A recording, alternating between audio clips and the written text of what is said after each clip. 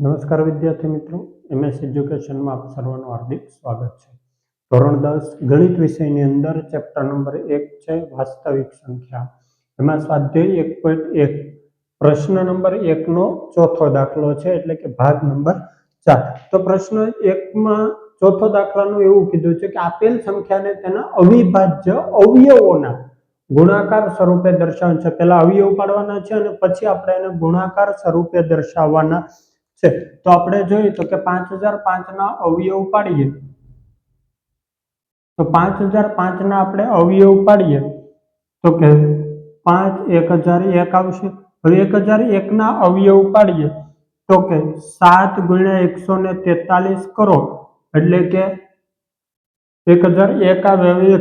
143 ભાગ્યા એના અવયવ પાડો તો 11 × 13 તમે કરો તો 143 આવશે। અહીં 143 છે, રેડી। તો હવે 5005 બરાબર 5 × 7 × 11 × 13।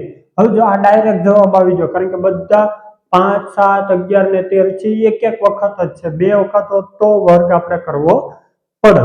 જો વિદ્યાર્થી મિત્રો તમને આ વિડીયો પસંદ આવ્યો હોય તો અમારી યુટ્યુબ ચેનલને લાઈક કરો, શેર કરો, કોમેન્ટ કરો અને સબસ્ક્રાઇબ કરવાનું ભૂલતા નહીં।